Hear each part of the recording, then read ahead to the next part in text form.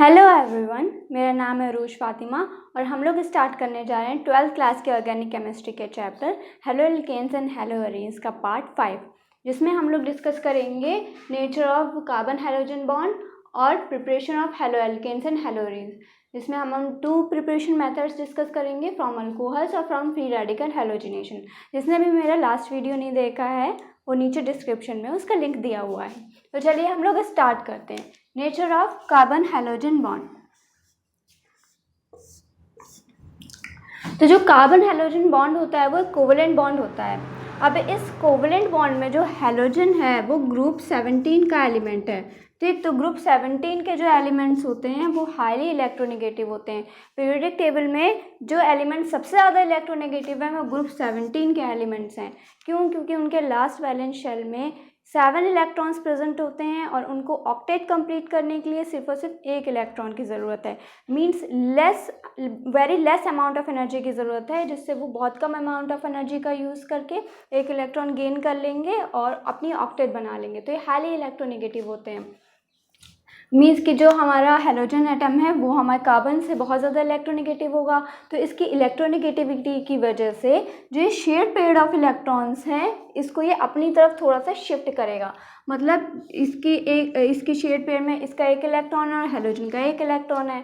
ठीक, तो ये क्या करने की कोशिश करेगा, जो शेयर्ड पेयर ऑफ इलेक्ट्रॉन्स है उसको अपनी तरफ अट्रैक्ट करेगा, जिसकी वजह से इसके ऊपर पार्शियल नेगेटिव चार्ज आ जाएगा और इसके ऊपर पार्शियल पॉजिटिव चार्ज आ जाएगा। मतलब हमारे कोवलेंट बॉन्डिंग में ही पोलैरिटी क्रिएट हो रही है। पोलैरिटी मतलब कि हमारा एक साइड नेगेटिव चार्ज आ रहा है, पार्शियल नेगेटिव चार्ज आ रहा है, एक साइड पार्शियल पॉजिटिव चार्ज आ रहा है। पोलैरिटी क्रिएट हो रही है इसकी हाईली इलेक्ट्रोनेगेटिव कैरेक्टर की वजह से।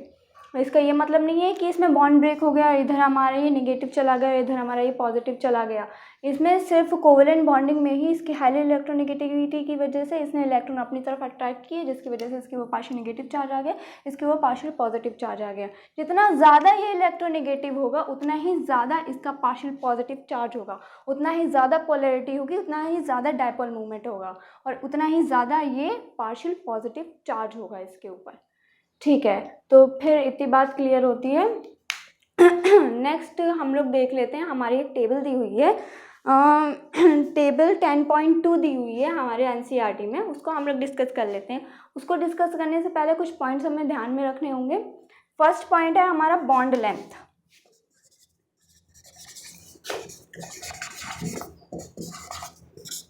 So what is the bond length? Bond length is nothing, it is the average distance between the nucleus of the 2 bonded atoms. It is the average distance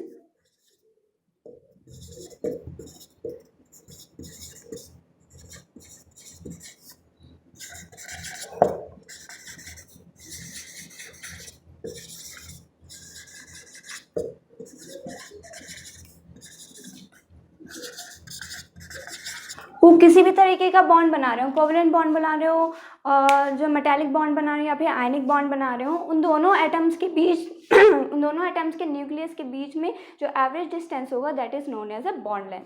next है हमारा bond enthalpy.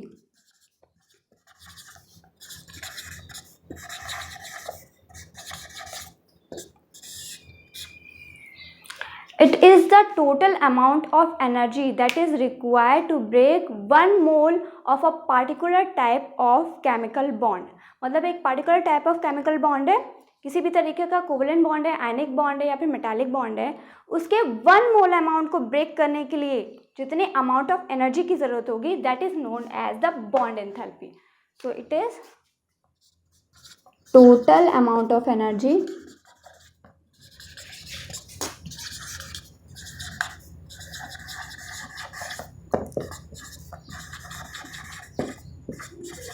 required to break 1 mole of a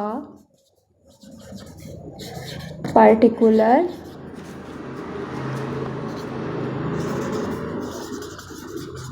chemical bond. Next है हमारा dipole movement. So dipole movement is basically the measurement of the polarity in a covalent bond. मतलब जैसे कि हमारा covalent bond है, इस कोवलेंट बॉन्ड में polarity कितनी है उसके मेजरमेंट को हम बोलते हैं dipole moment. Dipole moment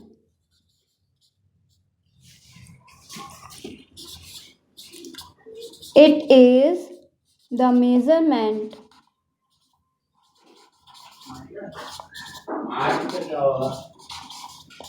of polarity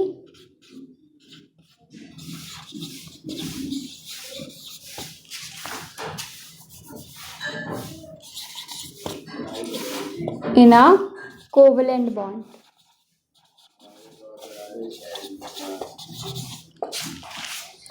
it is a measurement of polarity in a covalent bond.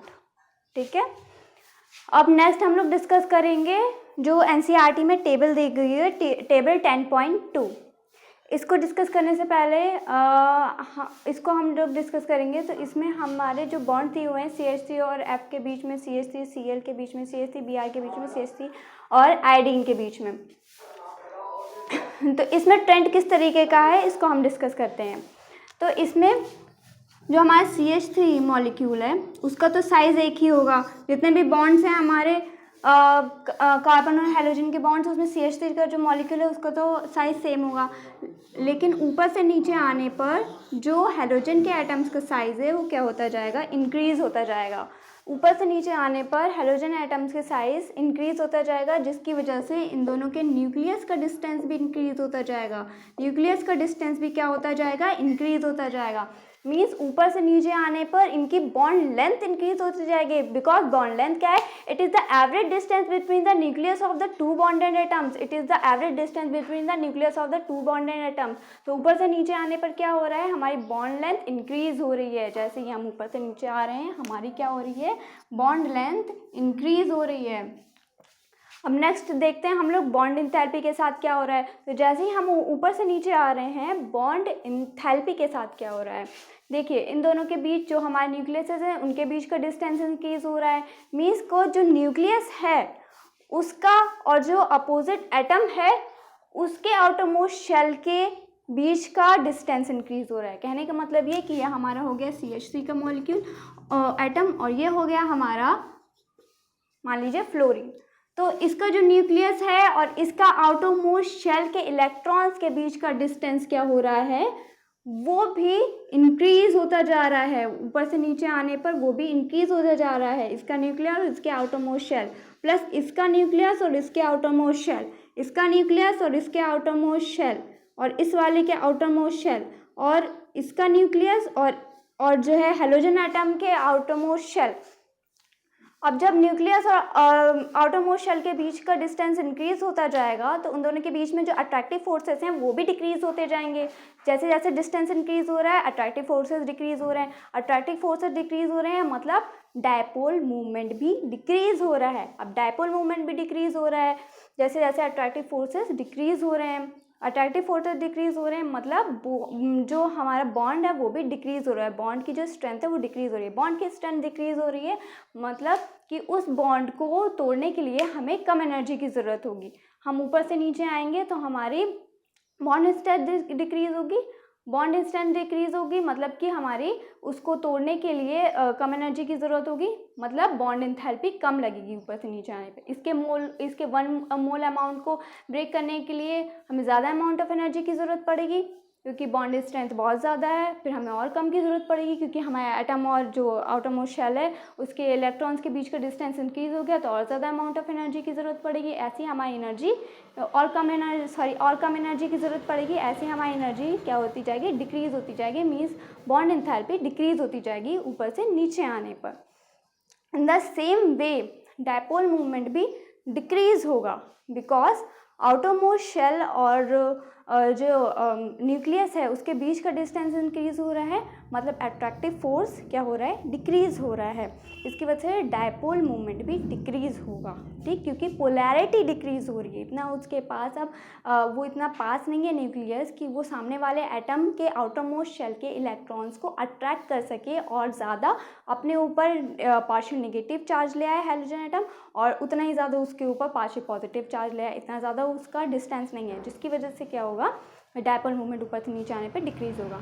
तो हमारी बॉन्ड लेंथ जैसे जैसे इंक्रीज़ होगी बॉन्ड एंथैल्पी डिक्रीज़ होगी और डायपोल मोमेंट भी ऊपर से नीचे आने पर डिक्रीज़ होगा। तो चलिए हम लोग स्टार्ट करते हैं अब प्रिपरेशन ऑफ हैलोअल्केन्स एंड हैलोअरीन्स। तो प्रिपरेशन ऑफ हैलोअल्केन्स एंड हैलोअरीन्स में सबसे फर्स्ट है हमारा फ्रॉम अल्कोहल्स। आप इसमें एनसीईआरटी में कुछ रिएक्शंस दिए हुए हैं अल्कोहल्स के, जिसमें हमें ये बताया गया है कि हम किस तरीके से अल्कोहल से हैलोअल्केन्स एंड हैलोअरीन्स को प्रिपेयर कर सकते हैं। तो सबसे पहला वाला है इसमें ROH, ये हमारा अल्कोहल है और हम इसको HCl के साथ रिएक्ट करवा रहे हैं इन the presence of ZnCl2। ZnCl2 क्या होता है, यह हमारा एनहाइड्रस जिंक क्लोराइड होता है। इसको इधर लिख देते हैं एनहाइड्रस जिंक क्लोराइड,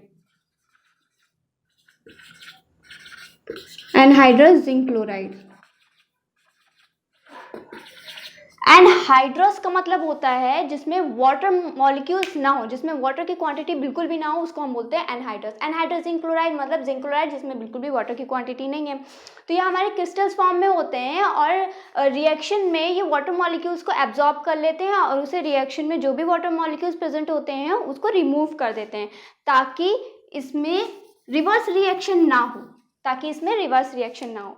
तो क्या हुआ, इधर जो है ये हमारा जब रिएक्शन होगा तो हमारा बॉन्ड ब्रेक करेगा, इधर से भी हमारा बॉन्ड ब्रेक होगा, इधर बॉन्ड ब्रेक होगा तो इसके ऊपर क्या आ जाएगा, निगेटिव चार्ज आएगा, इसके ऊपर पॉजिटिव चार्ज आ जाएगा, और इधर भी हमारा क्लोरीन के ऊपर निगेटिव आ जाएगा, इसके ऊपर पॉजिटिव चार्ज आ जाएगा। अब हम आयन एक्सचेंज कर देंगे तो हमारा R ये आकर के अल्काइल ग्रुप क्लोरीन के साथ लग जाएगा और ये हमारा बन जाएगा अल्काइल हैलाइड, और प्लस ये हमारा OH और H हमारा बन जाएगा क्या, वाटर। अब ये जो हमारा वाटर है इसको रिमूव करने के लिए हम जिंक क्लोराइड का यूज़ कर रहे हैं। क्यों, क्योंकि हमारा ये वाटर है तो ये क्या कर सकता है, वापस से हमारा ब्रेक कर सकता है H+ में और OH- में, ठीक है। और फिर ये क्या करेगा, ये हमारा R+ हो जाएगा Cl-, तो ये इसके ऊपर अटैक करेगा, इसके ऊपर Cl- के ऊपर अटैक करके क्या कर सकता है, इस बॉन्ड को ब्रेक करवा सकता है। बॉन्ड को ब्रेक करवा करके ये दोबारा से क्या बना सकता है, HCl, ये वाला HCl दोबारा से बना देगा, और ये वाला ये क्या करेगा, ये इसके ऊपर अटैक करेगा और ये हमारा बना देगा ROH, यानी HCl और ROH हमारे वापस से बन जाएंगे, हमारा रिवर्स रिएक्शन हो जाएगा। इसको बचाने के लिए हम यहाँ पर जिंक क्लोराइड का यूज़ करते हैं।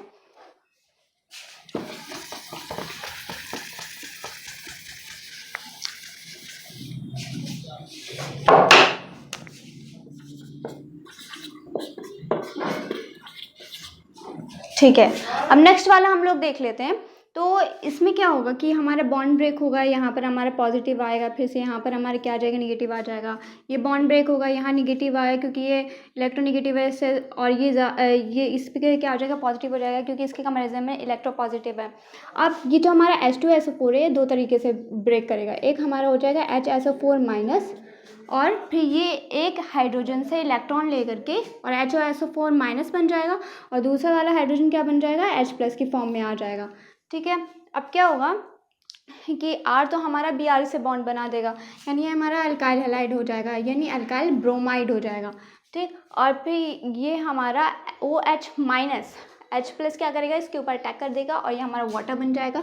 OH- और H+ हमारा वाटर बना देगा, H2O बना देगा, और प्लस हमारा Na क्या करेगा, HSO4- के साथ बॉन्ड बना लेगा और हो जाएगा NaHSO4, सोडियम हाइड्रोजन सल्फेट, ठीक। अब हम लोग नेक्स्ट देखते हैं। तो इसमें ये हमारा अल्कोहल, ये जो है हमारा फॉस्फोरस ट्राईहैलाइड के साथ रिएक्ट कर रहा है। तो यहाँ पर हमारा ये हो जाएगा, सबसे पहले तो हमारा अल्काइल हैलाइड बन जाएगा इस केस में, प्लस हमारा बन जाएगा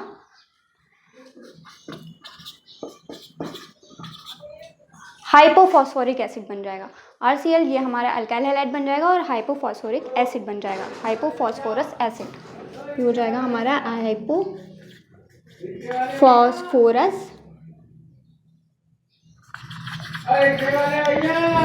एसिड, ठीक। अब इसकी हम जो है अगर बैलेंस कर लें तो H3 हमारे यहाँ पर 3 हो जाएंगे, तो ये हमारा हो जाएगा, फिर हमारा R भी 3 हो गया, इधर 3 हो गए, और ये हमारा हो गया, ठीक है।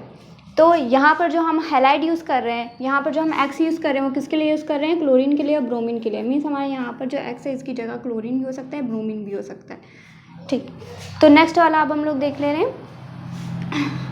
यहाँ पर सबसे पहले तो जो बॉन्ड ब्रेक होगा इसमें हमारा आर जो है एक सील के साथ बॉन्ड बना लेगा और ये हमारा आर सील बन जाएगा, अल्काइल क्लोराइड बन जाएगा एंड देन हमारा बनेगा POCl3 फॉस्फोरिल क्लोराइड। ये हमारा बन गया फॉस्फोरिल क्लोराइड। अब इसमें देखिए हमारा 1 2 3 4 क्लोरीन के एटम्स हैं, ठीक। और यहाँ पर कितने हैं 5, मीन्स कितना बचा 5 में से हमारे 4 गए तो हमारा 1 क्लोरीन का बचा।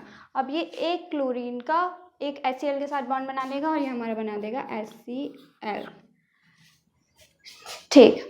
तो अब हम लोग नेक्स्ट देखते हैं, जब हमारा अल्कोहल रेड फॉस्फोरस के साथ in the presence of diatomic bromide या फिर आयोडाइड के साथ रिएक्ट करेगा तो ये हमारा यहाँ से OH हट जाएगा और OH हट करके यहाँ पर ब्रोमीन या फिर आयोडीन का एक एलिमेंट आकर के एटम आकर के लग जाएगा, इससे बॉन्ड बना लेगा।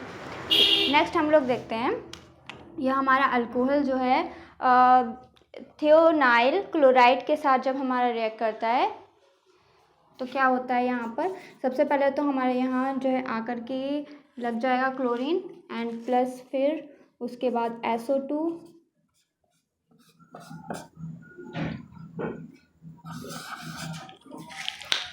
अब ये हमारा बहुत इंपॉर्टेंट रिएक्शन है। क्यों? क्योंकि इसमें जो हमारा ये कंपाउंड बन रहा है ये बहुत ज़्यादा प्योर है। प्योर कैसे है? क्योंकि जो हमारा SO2 है वो भी गैसेस फॉर्म में और HCl है वो भी हमारा गैसेस फॉर्म में क्या हो जाता है, ये दोनों रिलीज हो जाएंगे।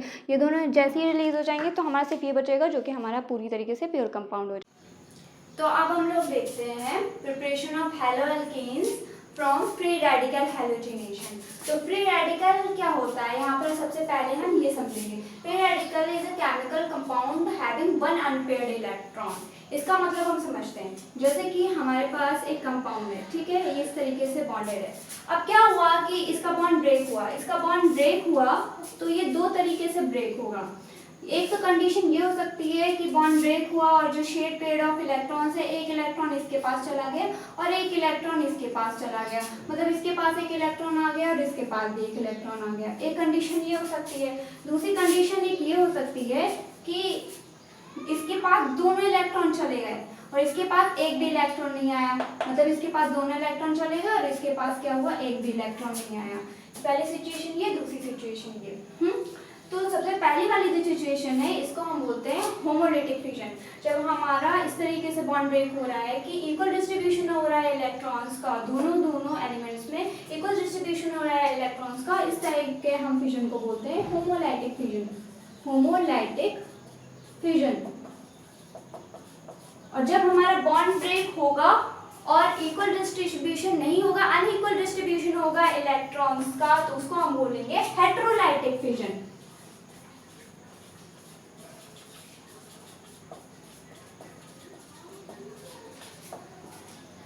ठीक है, तो जब हमारा बॉन्ड ब्रेक होता है और इक्वल डिस्ट्रीब्यूशन होता है इलेक्ट्रॉन्स का, मतलब अगर मान लीजिए कि इधर हमारे दो इलेक्ट्रॉन्स है, दो इलेक्ट्रॉन्स ये शेयर कर रहा है, दो इलेक्ट्रॉन्स ये शेयर कर रहा है, दोनों कोवलेंट बॉन्डिंग कर रहे हैं और जैसे ही बॉन्ड ब्रेक हुआ दो इलेक्ट्रॉन्स इसके पास आ गए, दो इलेक्ट्रॉन्स इसके पास आ गए, तो हम इसको बोलेंगे होमोलिटिक फिजन, क्योंकि इक्वल डिस्ट्रीब्यूशन हुआ है इलेक्ट्रॉन्स का। और अगर इस तरीके से होता है फिजन की इसके पास क्या आ गया, चारों के चार आ गए, या फिर इसके पास जो है तीन आ गए, इसके पास एक आ गया और इसके बाद चार आ गए, या इसके पास दो आ गया, इसके पास तीन आ गया, ठीक, यानी अनइक्वल डिस्ट्रीब्यूशन हो रहा है इलेक्ट्रॉन्स का, तो इस टाइप के फिजन को हम बोलेंगे हेटेरोलाइटिक फिजन। ठीक है, अब हम लोग देख लेते हैं, इसका एग्जांपल ले लेते हैं हम इथेन में। जैसे कि हमारा ये इथेन है, ठीक है, तो ये इथेन है। अब इसका जो बॉन्ड ब्रेक होगा तो क्या हो सकता है, इसमें हमारी ये पहली वाली जो कंडीशन हो सकती है कि इसके ऊपर भी होमोलाइटिक फिजन है, एक ये हमारा बन जाएगा और एक हमारा ये बन जाएगा। जब हमारा इक्वल डिस्ट्रीब्यूशन होगा इलेक्ट्रॉन्स का तो एक हमारा ये बन जाएगा और एक हमारा ये बन जाएगा, ठीक है। तो इसके पास क्या है, इसके पास एक अनपेयर्ड इलेक्ट्रॉन है और इसके पास भी एक अनपेयर्ड इलेक्ट्रॉन है। तो इस तरीके की एंटिटी को हम बोलते हैं free radical. Means homolytic fission में हमको फ्री रेडिकल्स मिलते हैं। फ्री रेडिकल्स क्या होते हैं, ऐसे कंपाउंड जिनके अंदर एक अनपेयर्ड इलेक्ट्रॉन हो, ठीक है। जैसे कि यहाँ पर हमारा अगर इसके पास एक इलेक्ट्रॉन होगा तो ये हमारा क्या हो जाएगा, इसके पास एक अनपेयर्ड इलेक्ट्रॉन है तो ये हो जाएगा हमारा फ्री रेडिकल।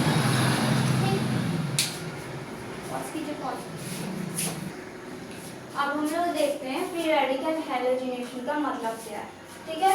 तो फ्री रेडिकल्स का तो मतलब आपको समझ में आ गया कि हमारा एक ऐसा कंपाउंड, एक ऐसी एंटिटी जिसके पास एक अनपेयर्ड इलेक्ट्रॉन है। ठीक है, पेयर्ड मतलब इसके साथ में एक और इलेक्ट्रॉन होगा, पेयर्ड हो जाएगा। एक ही इसके पास में एक ही इलेक्ट्रॉन है तो क्या है, अनपेयर्ड इलेक्ट्रॉन है। इसको हम ऐसे कंपाउंड को हम क्या बोल देंगे, फ्री रेडिकल बोल देंगे। ठीक, अब ये फ्री रेडिकल हैलोजिनेशन मतलब इस फ्री रेडिकल के साथ एक हैलोजन आकर के बॉन्ड कर रहा है, इसी वजह से हम इसको, इस रिएक्शन को बोल रहे हैं फ्री रेडिकल हैलोजिनेशन। इस मेथड को हम बोल रहे हैं फ्री रेडिकल हैलोजिनेशन। ठीक है, तो हम सिंपल तरीके से लेते हैं कि क्या होता है इसमें, कि हमारे पास कुछ भी एक मीथेन हो जाएगा, इथेन हो जाएगा, कुछ भी ऐसी, और फिर हम इसका रिएक्शन करवा देंगे क्लोरीन के साथ। हम रिएक्शन करवा देंगे क्लोरीन के साथ in the presence of sunlight. तो क्या होगा कि जब हम सनलाइट में क्लोरीन को रखते हैं तो क्लोरीन बहुत ज़्यादा रिएक्टिव हो जाता है, और इसके रिएक्टिव होने की वजह से वो क्या करेगा, इसके ऊपर अटैक करेगा, और इसके ऊपर अटैक करके इसका एक हाइड्रोजन को भगा देगा और उसकी जगह पर आकर के लग जाएगा। उसकी जगह पर आकर के लग जाएगा तो क्या हो जाएगा, इसके तो पहले से कितने थे, यहाँ पर हमारा 4 तो इसके पहले से कितने थे, यहाँ पर हमारे 4 थे, 4 की जगह इसने हटा करके एक ये लग गया। ये तो हमारी होगी सिंपल सी बात। चलिए हम लोग देखते हैं mechanism of free radical substitution. तो इसमें हमारा इथेन का मॉलिक्यूल है, इथेन का मॉलिक्यूल क्लोरीन के साथ रिएक्ट करता है इन प्रेजेंस ऑफ सनलाइट, और हमारा ये क्लोरो इथेन बना देता है, ये हमारा क्लोरो इथेन बना देता है। तो हम इसका मैकेनिज्म देखते हैं कि इसमें क्या होता है।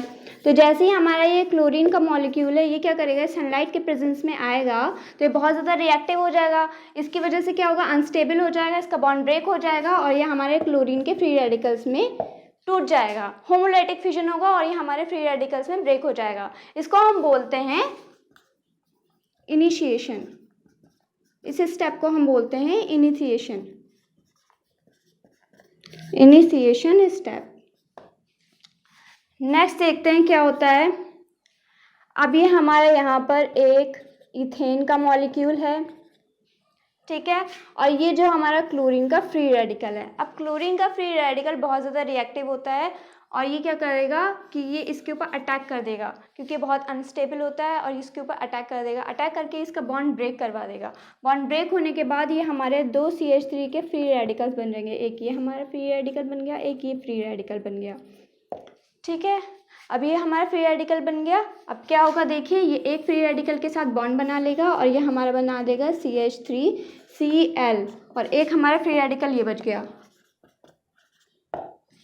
अब ये जो फ्री रेडिकल है वापस से जो है इधर आ जाएगा, ये वाला फ्री रेडिकल आ गया CH3 का।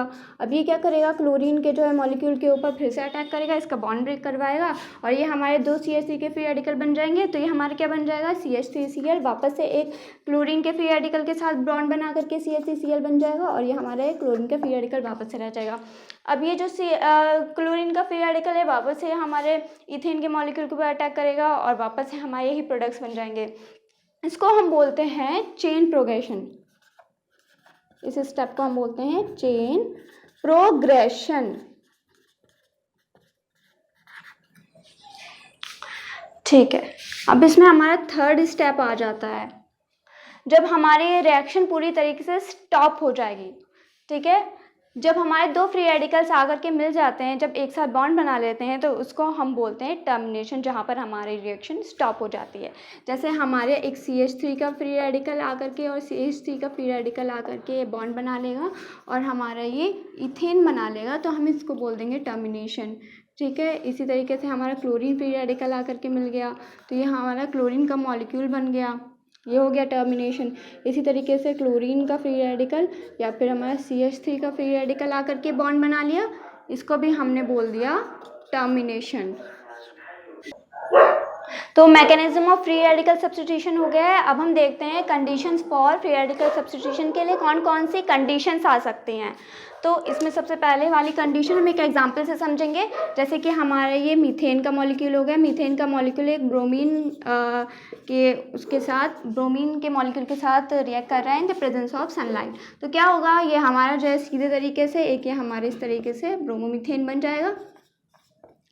ठीक है, लेकिन एक्चुअल में इस तरीके से होता नहीं। मान लीजिए कि अगर ये यहाँ पर हमारा ये मीथेन का है और अगर हम यहाँ पर जो है ब्रोमीन की क्या करें, इसके कंसंट्रेशन को इंक्रीज़ कर दें, तो इसके कंसंट्रेशन को इंक्रीज़ करने पे ये तो हमारा जो है मोनो सब्सटीट्यूटेड ब्रोमोमीथेन के साथ ट्राई सब्सटीट्यूटेड और डाई सब्सटीट्यूटेड भी बन जाएगा। मतलब कि एक तो हमारा ये मोनो सब्सटीट्यूटेड हो गया और हमारा एक ये हो जाएगा ट्राई सब्सटीट्यूटेड हो जाएगा।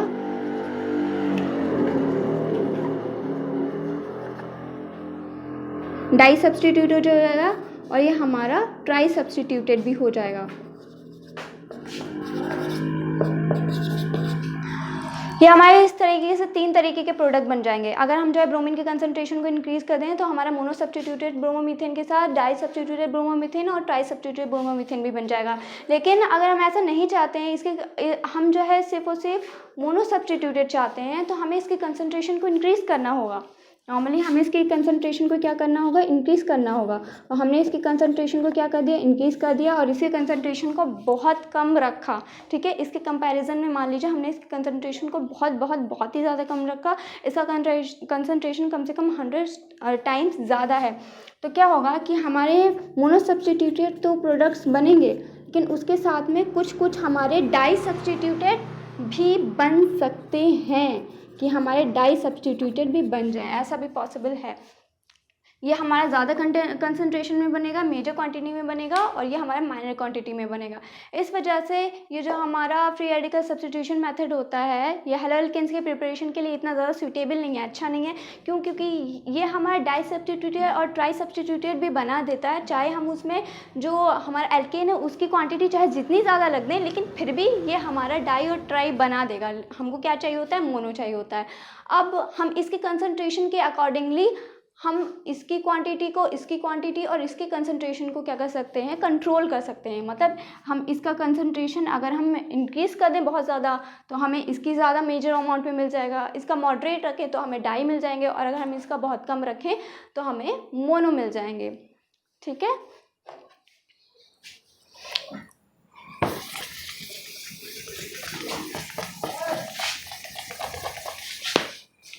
दूसरी कंडीशन अब हम लोग देखते हैं। मान लीजिए कि हमारा इस तरीके का कंपाउंड है, ये हमारा इस तरीके का कंपाउंड है। तो इसमें हमने क्या किया, हमने इसमें जो है क्लोरीन के साथ रिएक्ट करवा दिया इन द प्रेजेंस ऑफ सनलाइट। तो अब हमारा जो क्लोरीन है वो किधर सब्स्टिट्यूट करेगा, इन तीनों में से कौन से कार्बन पे सब्स्टिट्यूट करेगा। ठीक, ये सिचुएशन आ जाती है। सबसे पहले हमने क्या पढ़ा था, हमने इस तरीके का कंपाउंड पढ़ा था, हमने मीथेन पढ़ा था। ठीक है, तो मीथेन में हमारे किसी भी हाइड्रोजन को हटा करके वहाँ पर हम क्लोरीन लगा देते। ठीक, उसके बाद हमने क्या पढ़ा, इथेन पढ़ लिया। हमारे यहाँ पर 3 हाइड्रोजन हो गए इस तरीके से, तो यहाँ पर किसी भी हाइड्रोजन को हटा करके वहाँ पर क्लोरीन लग गया, इधर लग जाएगा, इधर लग जाएगा। दोनों कार्बन सेम है। क्यों? क्योंकि अगर इधर से नंबरिंग करें तो 1 2, इधर से नंबरिंग करेंगे तो 1 2, और अगर इधर से करेंगे तो 1 2। तो इधर से कर रहे हैं इसके ऊपर 1 आ रहा है, और इधर से कर रहे हैं तो 2 आ रहा है, इसके ऊपर 1 आ रहा है, इसके ऊपर 2 आ रहा है। अगर दूसरी तरफ से कर रहे हैं तो ये दोनों कार्बन क्या है, सेम है। लेकिन यहाँ पर अगर हम नंबरिंग करेंगे तो 1 2 3, और अगर इधर से करें तो 1 2 3, ये दोनों कार्बन सेम है। क्योंकि इधर से करें तो इसके पास 1 आ रहा है, और इधर से करें तो 3, इसी तरीके से सेम कंडीशन इसकी है। तो ये दोनों कार्बन सेम है, लेकिन ये वाला कार्बन डिफरेंट है क्योंकि इसी के ऊपर एक अकेला 2 आ रहा है। ठीक है, तो ये वाला डिफरेंट है, बाकी ये दोनों 3 आ रहा है। तो इसमें हमारे 2 तरीके के फ्री रेडिकल्स बनेंगे।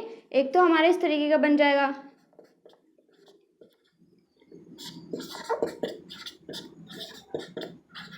दूसरा हमारा ये बन जाएगा CH3 CH2 CH3। एक हमारा ये बन जाएगा अगर हम इसको फ्री रेडिकल बनाएं, इसको बनाएं चाहे इसको बनाएं, बात एक ही है। और दूसरा हमारा ये बन जाएगा अगर हम इसको फ्री रेडिकल बनाएं। ठीक है, और मतलब कि इसमें हमारे 2 तरीके के प्रोडक्ट्स बन जाएंगे। एक तो हमारा क्लोरीन धरा करके लग जाएगा, और दूसरी सिचुएशन में हमारा क्लोरीन इस तरीके से आ करके लग जाएगा। अब हमें देखना ये है कि इसमें हमारा मेजर प्रोडक्ट कौन सा बनेगा, ये वाला बनेगा मेजर कि ये बनेगा। इसके लिए हम देखते हैं कि स्टेबिलिटी क्या होती है फ्री रेडिकल्स की, क्योंकि जितनी ज़्यादा स्टेबल होगा फ्री रेडिकल उतना ही ज़्यादा मेजर अमाउंट बनेगा। जो फ्री रेडिकल जितना ज़्यादा स्टेबल उतना ही ज़्यादा क्वांटिटी उसकी प्रोड्यूस होगी। ठीक है, तो हमारी जो ऑर्डर ऑफ स्टेबिलिटी हो जाती है, order of stability of free radical. तो हमारा जो टर्शरी वाला है वो सबसे ज़्यादा स्टेबल होगा, उसके बाद हो जाएगा हमारा सेकेंडरी, देन हो जाएगा हमारा प्राइमरी, और सबसे लीस्ट स्टेबल हो जाता है हमारा मिथाइल। ठीक है, तो जो हमारा सेकेंडरी होगा वो ज़्यादा स्टेबल होगा एज कंपैरिजन टू प्राइमरी। तो यहाँ पर देखते हैं ये हमारा कौन सा वाला फ्री रेडिकल है, ये हमारा प्राइमरी फ्री रेडिकल है। क्यों? क्योंकि यहाँ पर जो कार्बन है वो सिर्फ एक कार्बन के साथ बॉन्ड बना रहा है, तो ये हमारा प्राइमरी कार्बन है, तो ये हो जाएगा हमारा प्राइमरी फ्री रेडिकल। इसी तरीके से ये वाला हो जाएगा सेकेंडरी फ्री रेडिकल। क्यों? क्योंकि ये जो कार्बन है ये दो कार्बन के साथ बॉन्ड बना रहा है, तो ये वाला ज़्यादा स्टेबल हो जाएगा। ये कौन सा बनेगा? हमारा मेजर अमाउंट में बनेगा, ये मेजर अमाउंट में बनेगा बिकॉज ये मोस्ट स्टेबल है, मोस्ट स्टेबल। और ये वाला हमारा क्या है? माइनर अमाउंट में बनेगा। क्यों? क्योंकि ये हमारा है लेस स्टेबल।